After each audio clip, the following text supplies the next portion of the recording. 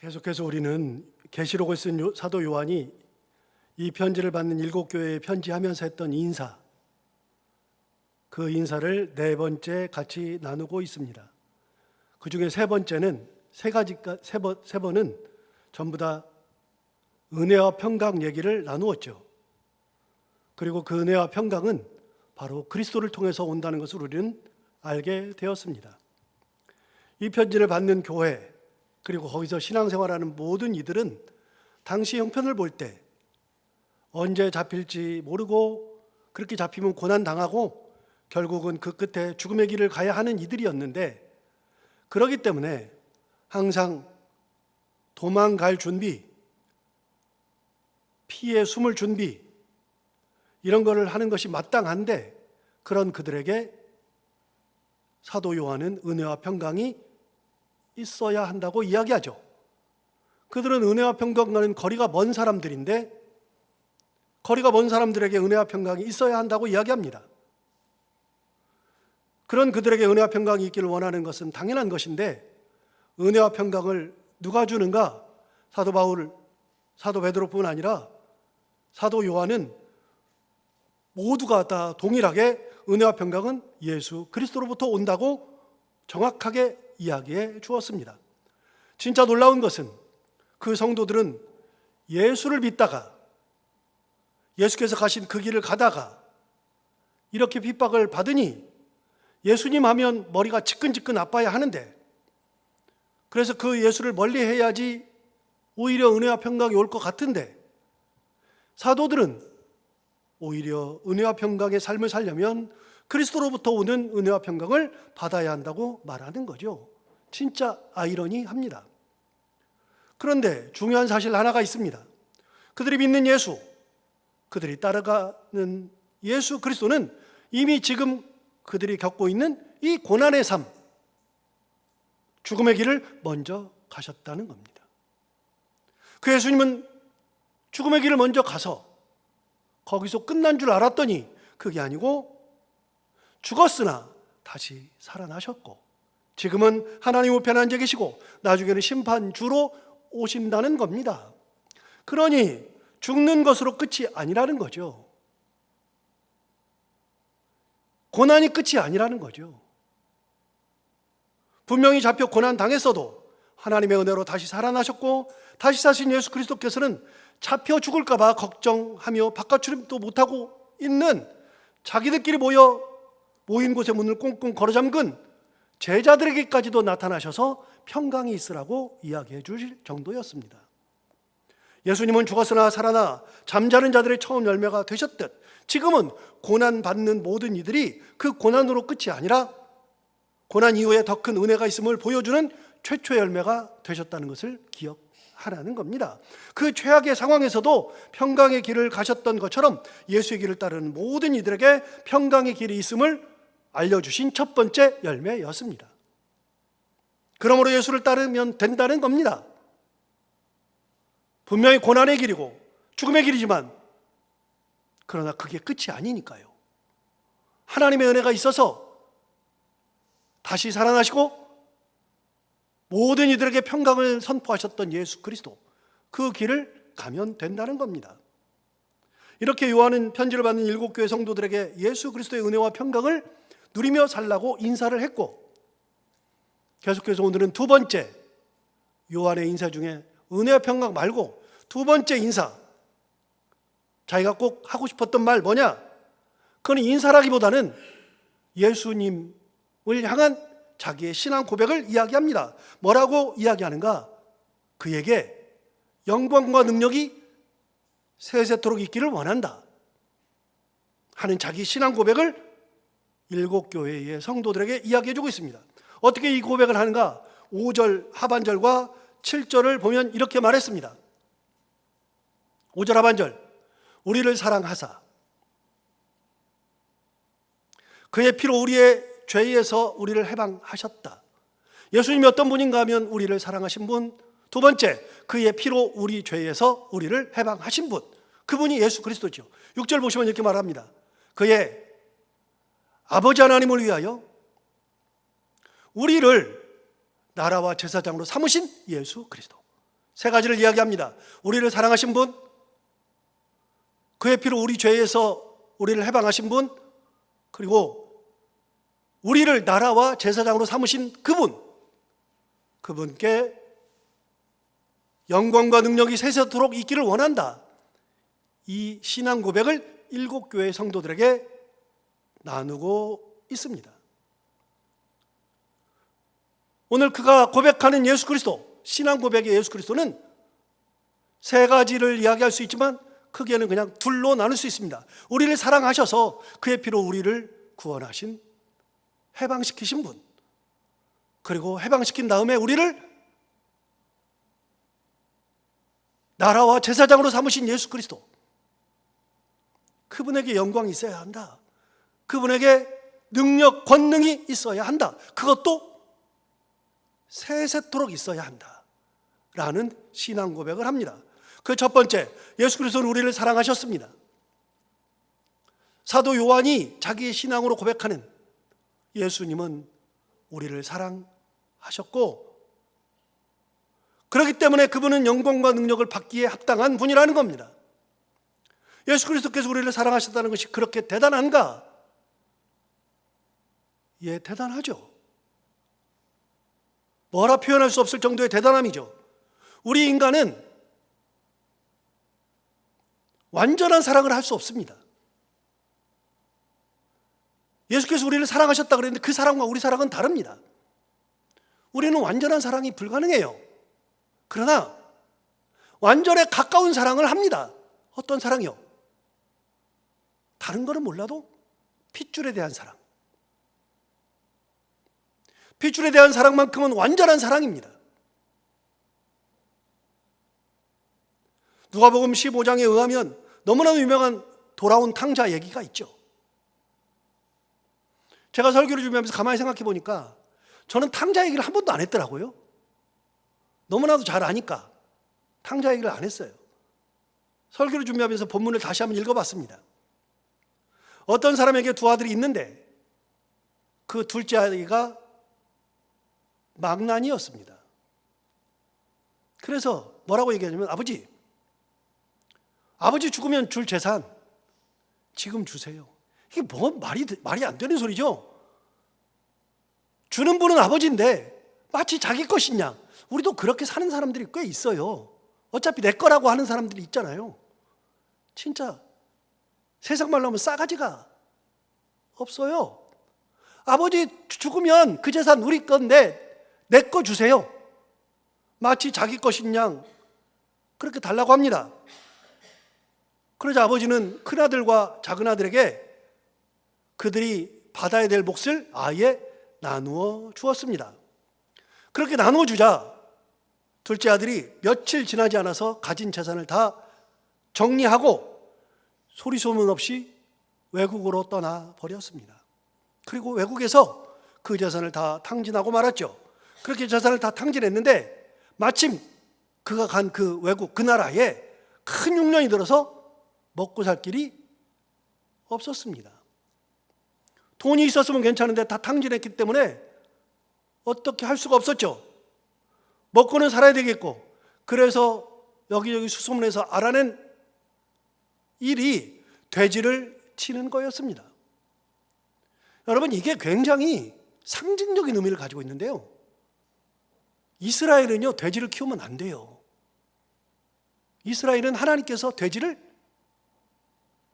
잡아먹지 못하게 했고, 돼지는 부정한 짐승이에요. 구약에서는 돼지는 가장 부정해요. 제가 대학교 1학년 때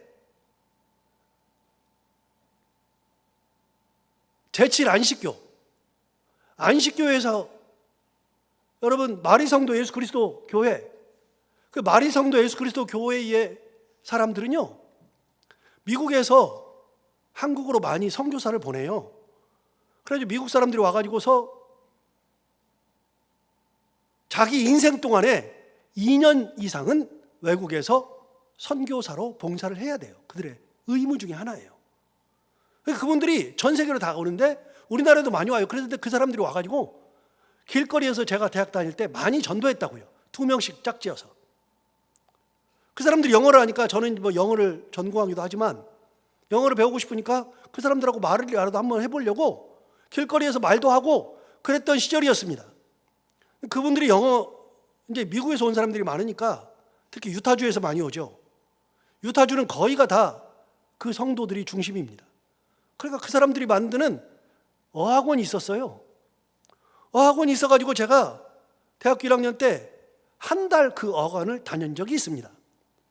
영어 회화를 위해서 어학원을 다녔는데 한 번은 수업을 마치고 선생님, 즉 마리성도 예수 그리스도교회, 구약성경, 안식교, 안식일교회에 있는 그런 사람들은 그러면 그 사람들은 구약에 살기 때문에 돼지고기를 지금도 안 먹습니다.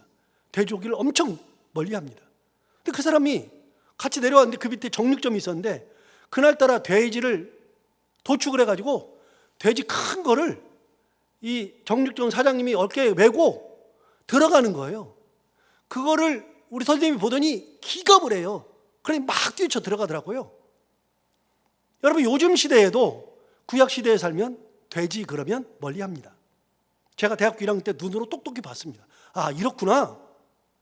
여러분 이스라엘 사람들은 돼지는 절대로 키우면 안 됩니다. 부정한 거기 때문에. 그런데 아버지를 떠난 이 아들이 외국에서 구할 수 있는 길은 돼지 치는 거였습니다. 진짜 상징적인 얘기죠. 아버지를 떠나서 할 수 있는 게 뭐냐? 이스라엘 사람들이 다 부정하게 여기는 그 짓을 해야만 먹고 살죠. 거기서 배우는 것들이 있죠. 하나님을 떠나면 우리가 갈 수 있는 길이 뭐냐? 부정한 짓을 해야만 살아가는 길이죠. 그거는 이제 설교 때 또 나누겠지만 그렇게 해서 돼지를 키웠는데 그래도 너무나도 배고파요. 먹을 게 너무나도 적어요. 그래서 돼지가 먹던 쥐염 열매를 먹으려고 했는데 그것마저도 구하기가 쉽지 않았습니다. 너무나도 배가 고팠습니다. 그제서야 그는 자기가 무슨 짓을 했는지, 얼마나 멍청했는지, 얼마나 아버지의 마음을 몰랐는지를 깨닫게 되었죠.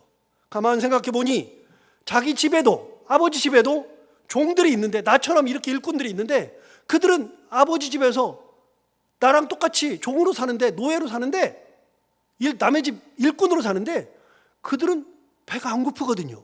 나는 배고픈데. 그래서야 그때서야 생각합니다. 내가 지금 아버지께 가야 되겠다.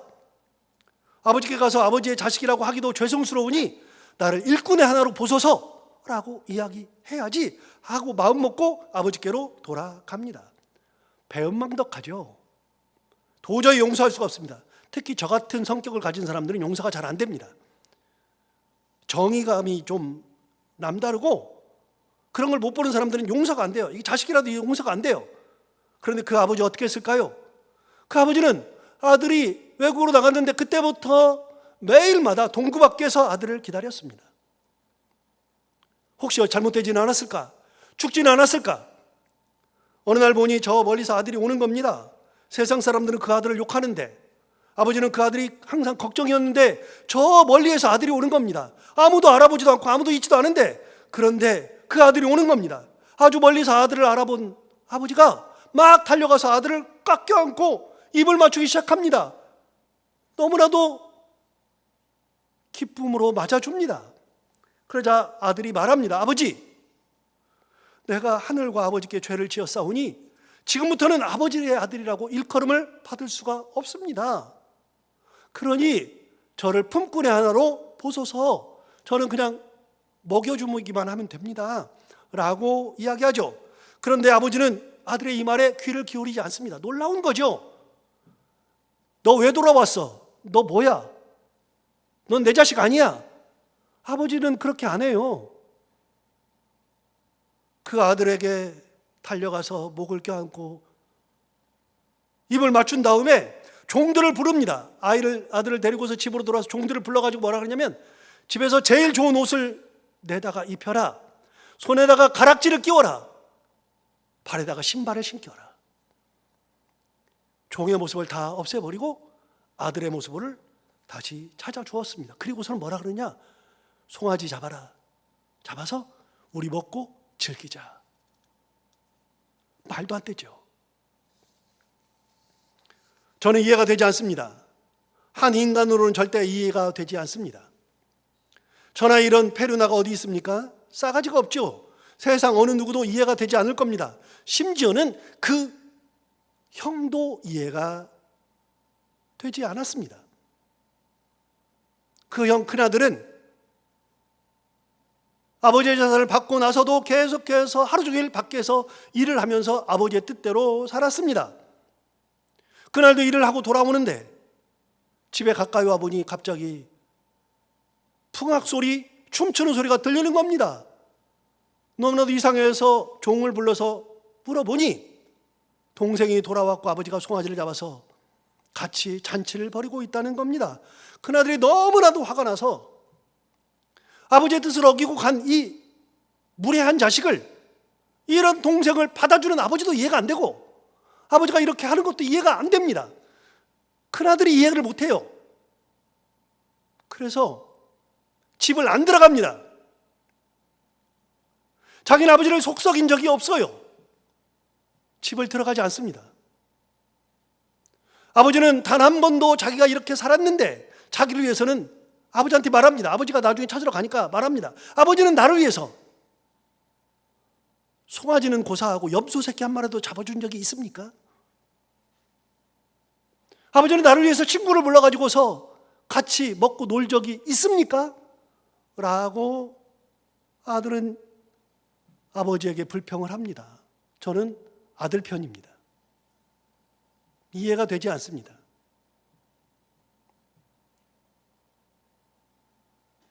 성실하게 산 사람, 모범생으로 살았던 아들이라면 더욱 그럴 겁니다. 그 아들의 입장에서는 작은 아들, 내 동생도 이해가 되지 않지만 아버지가 더 화나는 겁니다. 아버지가 너무나도 이해가 되지 않는 겁니다. 아버지가 뭐라고 합니까? 네 동생은 죽었다가 살아나지 않았느냐. 아버지만 할 수 있는 얘기입니다. 엄마만 할 수 있는 얘기죠. 자기 자식을 사랑하는 부모의 마음은 끝이 없습니다. 이게 완전한 사랑입니다. 모든 것을 품어주고 모든 걸 덮어주고 모든 걸 받아주는 사랑, 그게 완전한 사랑이죠. 내 것을 다 들여서라도 세워주려고 하는 사랑, 이게 완전한 사랑이죠. 세상에는 그런 사랑을 할 수 있는 존재가 아무도 없습니다. 자기 핏줄 외에는 없습니다. 그래서 인간은 완전한 사랑을 못하지만 완전한 사랑, 비슷한 사랑을 핏줄을 통해서는 할 수 있습니다. 여러분은 어떻습니까? 내 자식이라면 다 내줄 수 있습니다. 심장이라도 떼어줄 수 있습니다. 그것이 사랑이죠. 세상에서 가장 위대한 사랑은 부모가 자식에게 주는 사랑일 겁니다. 그런데 지난번에 제가 한번 예를 든 적도 있는데, 제가 어느 방송을 듣다가 고려대학교 1학년 학생하고 전화 연결이 되는 어떤 라디오를 들었어요. 고려대학교 1학년 학생인데 이 학생이 자기 사연을 얘기해요. 고려대학교 들어갔다 그러니까 물어봐요. 이제 미리 다 얘기가 됐겠죠. 물어봐요. 어떻게 학교를 들어가게 됐느냐? 그 학생이 하는 얘기 그겁니다. 우리 아버지가 간이 안 좋아서 시한부 인생을 살아가는데 간을 공여할 사람을 찾는데 찾을 수가 없어서 내 간의 절반을 떼어줬습니다. 그랬더니 학교에서 그 사연을 알고 저를 특례 입학을 시켜주었습니다. 고려대학교에서는 그 아이의 아버지를 향한 그 사랑을 알고 학교에 입학을 시켜주었죠. 그렇게 자식도 아버지를 위해서 온전하게 줄 수 있는 사랑, 내 아버지니까 가능한 겁니다. 핏줄이니까요. 사랑은 위대합니다. 사랑은 정말로 위대합니다. 저는 그 사연을 들으면서 생각했습니다. 나는 할 수 있을까? 나는 내 자식을 위해서 줄 수 있습니다. 부모니까 줄 것 같아요. 나는 주고 나는 먼저 가도 괜찮을 것 같아요. 내 자식을 살릴 수 있다면 할 것 같아요. 우리 부모 다 그래요. 그런데 내 자식이 나를 위해서 준다? 못 받을 것 같아요. 네 인생 어떡하려고? 나야 이제 살 만큼 살았으니 가면 되지. 네 인생 어떡하니? 나는 못 받을 것 같아요. 그런데 아들이 계속해서 준다 그러면 그 아들의 사랑을 받아서라도 받을 수 있지 않겠어요? 여러분, 부모 자식 간이니까 그렇게 되는 거예요. 사랑은 위대합니다. 그런데 예수님은 어떨까요? 예수님은 우리를 사랑하사. 요한이 처음 고백하는 예수가 뭐냐면 우리를 사랑하사. 그분은 우리를 사랑하셨대요. 이해되지 않는 거예요.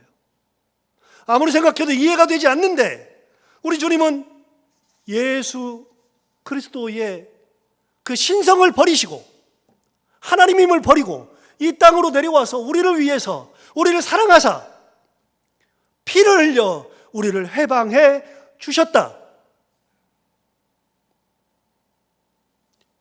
도저히 이해가 안 되는데, 요한이 볼 때는 도저히 이해가 안 되는데 예수님은 그런 분이시더라.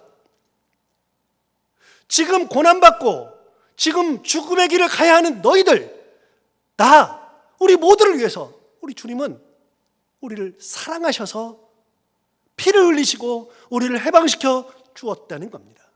내 죄를 대신 진 거죠. 이거를 신학적 용어로 속량이라고 합니다. 여러분, 속량이 뭐죠? 속량은 대가를 지불해가지고 죄인인 사람, 노예인 사람을 해방시킨 것을 속량이라 그래요. 내가 대신 죄값을 치러줘요. 죄값을 치러주는 것은 둘 중에 하나입니다. 하나는 내가 그 대신에 죄를 뒤집어 쓰는 겁니다. 그래서 돈으로 해결을 하든 안 되면 내 자신으로 해결을 하든 둘 중에 하나예요. 그걸 속량이라 그래요. 여러분, 누가 내 대신에 죄를 뒤집어 쓰고 옥살이를 하거나 내 대신 누가 죄값으로 돈을 지불해서 나를 해방시켜야만 가능한데, 분명한 거는 나는 능력이 없어요. 내가 돈을 낼 능력이 없거든요. 내가 거기서 다른 사람을 구해가지고 다른 사람이 내 죄를 대신할 수 있는 사람을 구할 수가 없거든요. 우리는 그럴 능력이 안 되거든요. 그런데 여러분, 부모는 해요. 자기 핏줄이면 해요. 그럴 수는 있어요. 그런데 생짜 모르는데, 그런데 우리를 사랑하신다? 핍박받아요? 고난의 길을 가요? 지금 로마에 의해서 죽음의 길을 가는 사람들에게 사도 요한이 하는 말이 뭐냐? 우리를 사랑하신 분이 예수 그리스도시다. 뭘 받으려고 한 것이 아니라 사랑하셔서 자기 몸을 내서 피를 흘리시고 그 피값으로 우리를 해방시키신 분이 바로 예수 그리스도라는 겁니다. 예수님의 십자가는 그분 잘못이 아니라 우리의 죄악을 사하기 위한 최고의 사랑의 표현이죠. 우리를 사랑하셨기 때문에 피를 흘리신 것이고, 사랑이 아니라면 절대 불가능한 일을 예수님은 하셨던 겁니다. 그렇기 때문에 사도 요한 말합니다. 그에게 영광과 권능이 세세토록 있어야 한다. 우리는 그분께 영광을 돌리고 그분의 권능은 세세토록 있어야 한다. 그게 사도 요한의 자기 신앙 고백이에요. 여러분, 그분이 진짜 영광받기 합당하신 분이에요. 권능이 그분에게 세세 있는 것이 합당한 분이에요. 여러분, 합당하다는 표현을 저는 역대상 16장에서 본 적이 있거든요. 이게 시편에도 나와요. 시편에도 2번 나오거든요. 그에게 합당한 영광을 돌려드리라. 시편에 2번 나와요. 그건 빼고 역대상 16장 29절에서도 또 나와요. 여러분, 역대상 16장, 여러분 새벽기도 방송 보시는 분들이 많지 않지만 새벽기도 안 나오시면 새벽에 방송을 꼭 보세요. 성경 공부도 되고 은혜도 되고 더 하나님을 사랑하는 그런 길도 알게 되고, 새벽에 말씀 듣는 게 진짜 좋아요. 30분만 투자해서 매일 새벽에 우리 교회에서 매일마다 올라오는 홈페이지에 뜨는, 유튜브에 뜨는 그 방송을 보시라고요. 요 근래에 제가 설교하면서 사무엘 상하, 열왕기 상하, 역대 상하를 구분해 줬잖아요. 열왕기 상하도 왕들의 얘기가 많고 역대상하도 왕들의 얘기가 되게 많은데 어떻게 다르냐? 시간이 가니까 간단히 설명하면 사무엘상하는 두 왕 얘기예요. 사울과 다윗 얘기. 그거 외에 없어요. 그 다음에 솔로몬부터 나라가 나뉘어지고 북쪽 이스라엘, 남쪽의 유다, 이 나라가 멸망할 때까지의 모든 왕들을 남과 북을 다 기록한 것이 열왕기 상하예요. 그래서 사무엘 상하와 열왕기 상하는 묶여 있어요. 하나예요. 하나. 쉽게 말하면 우리나라식으로 따지면 남북의 역사를 다 기록한 거예요. 그 우리는 생각하잖아요. 북한의 역사를 뭐라고 기록해? 의미 없잖아. 그래서 남한의 역사만 기록한 것이 역대상하예요.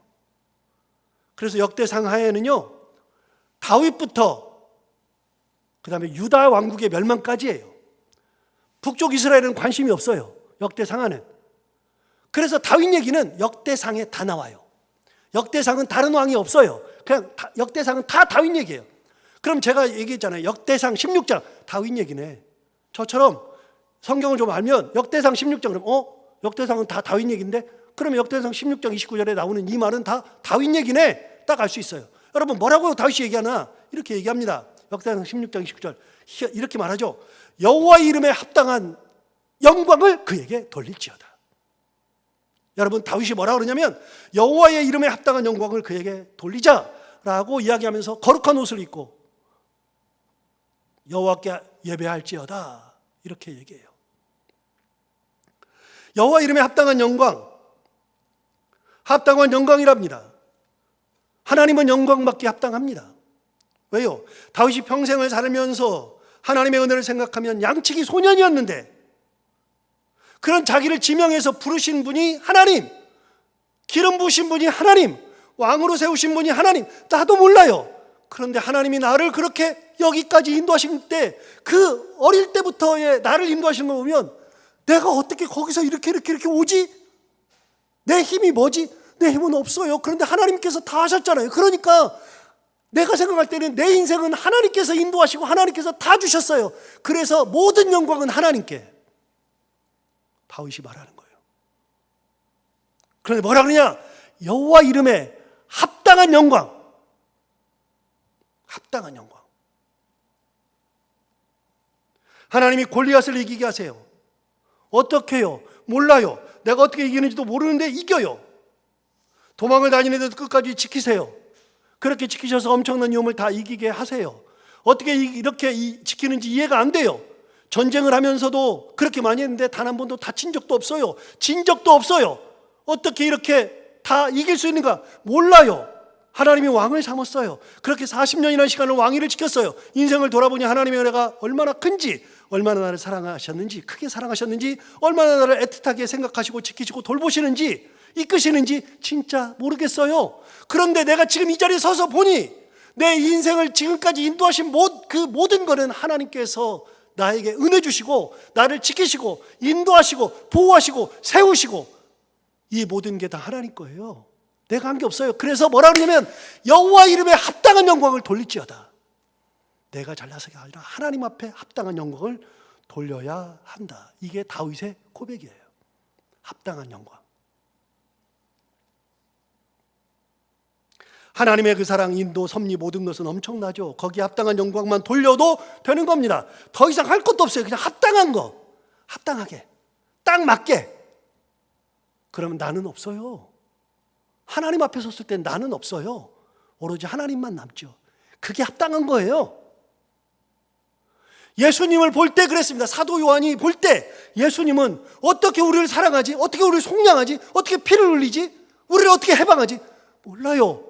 모르는데 그분이 우리를 사랑하사 피를 흘려주시고 우리를 해방하셨어요. 그거를 딱 생각하면 그분에게 합당한 영광을 돌리는 것이 마땅한 거예요.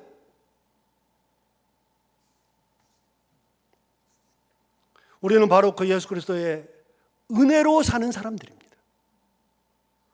우리를 그렇게 사랑해 주셨고 우리를 사랑하사 가장 귀한 것을 주신 분, 그렇다면 우리는 어떻게 해야 되는가? 핍박받아요? 예수 믿어 핍박받아요. 나 예수님 안 믿어야지. 나 몰라. 나 이제 싫어. 가 아니라 그분이 나를 위해서 돌아가시고 해방시켜 주시고 은혜 주시고 내가 그분의 길을 간다는 것만 해도 감사. 그것도 영광. 그리고 내가 그 길을 가면서도 그분의 영광과 권능이 세세토록 있기를 원하는 합당한 영광과 권능을 돌려드리는 거, 이게 가장 귀하다고 사도 요한은 이야기합니다. 그게 자기의 신앙 고백입니다. 너무 감사하지 않습니까? 다윗처럼 생각해 보면 답이 나옵니다. 그저 지켜주시는 게 감사해요. 그냥 붙들어 주시는 게 감사해요. 우리가 하루하루 살면서 하나님께서 나를 지켜주시고 붙들어 주시는 게 너무나도 감사해요. 생각해 보면 다 감사해요. 무슨 사고가 났는데, 차가 망가졌는데, 또 큰 일이 벌어졌는데 나를 건강하게 지켜주시는 게 감사한 거예요. 엄청 아파요. 그런데 그런 아픈 가운데서 나를 지켜주신 게 감사한 거예요.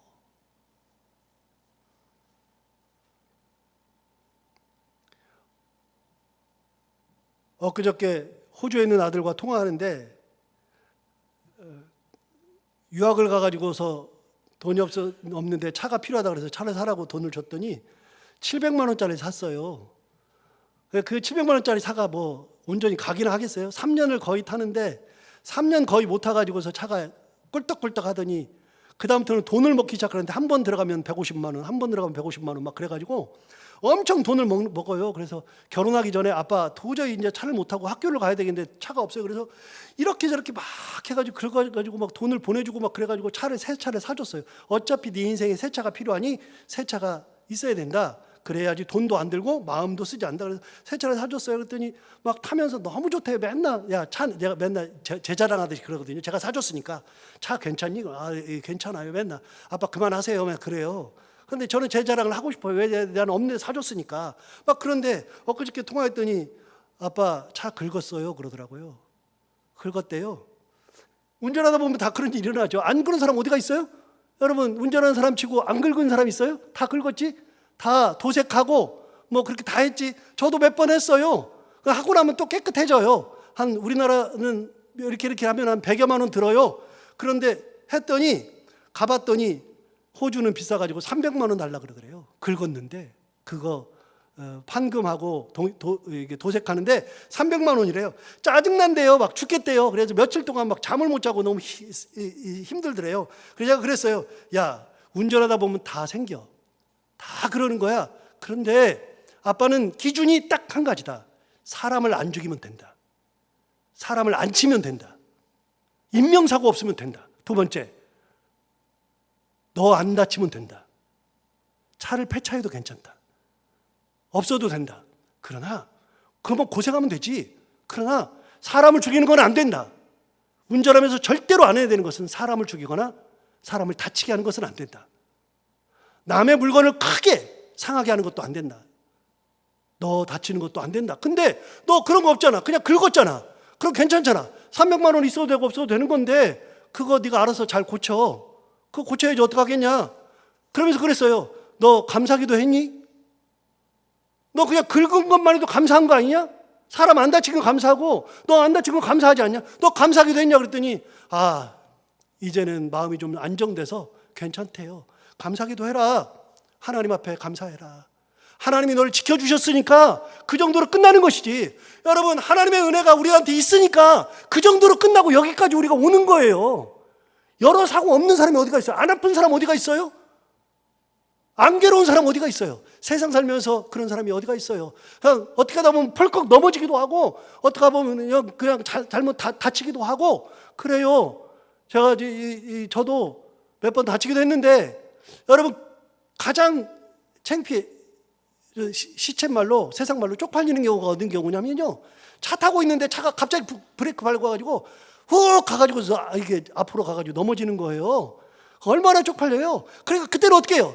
저는 그런 사람 몇 번 봤거든요. 저도 그랬지만 저는 괜찮아요. 젊었으니까. 그런데 연세 드신 분들은 그냥 갖다 꼬라박아요. 그리고 그 분들은요. 특히 여자분들 벌떡 일어나가지고 안 아픈 양 여기 이렇게 만지면서 안 아프대요. 괜찮으세요? 괜찮아요. 그러는데 그분이요 100% 아파요. 얼마나 그런 일이 많게요? 여러분 길거리 가면서도 넘어져요. 그런 사람들이 많은데요.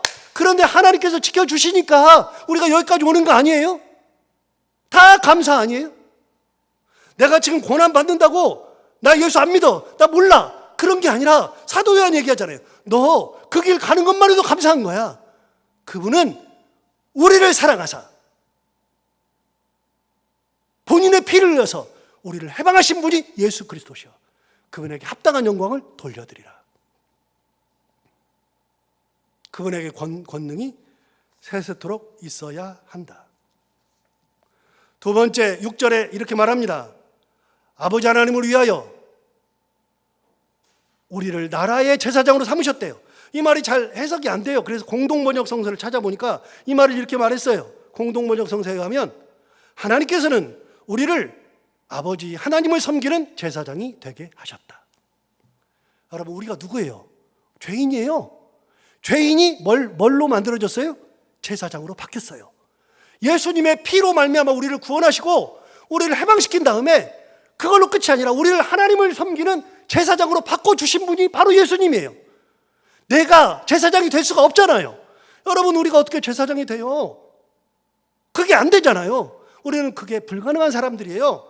기본적으로 죄인이라고요. 여러분 죄인은 제사장이 안 돼요. 죽었다 깨어나도 안 돼요. 속량해도 안 돼요. 속량 받아도 안 돼요. 하나님께서 택하신 자만 제사장이 돼요. 12지파 중에 레위 지파만 제사장이에요. 레위 지파 중에서도 레위가 세 아들인데 게르솜, 고앗, 므라리 이 세 아들이 있는데 고앗 자손, 두 번째 고앗 자손만 제사장이 된다고요. 게르솜 자손과 므라리 자손도 안 돼요. 여러분 고앗 자손은 대대로 제사장이에요. 하나님께서 택하신 족속이에요. 가문이에요. 여러분 우리는 죄인인데 죄인 우리가 죄를 벗었다 그래서 제사장이 돼요? 불가능하죠.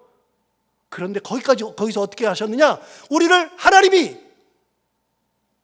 예수 그리스도께서 우리를 제사장, 하나님을 섬기는 제사장으로 만들어 주시더라.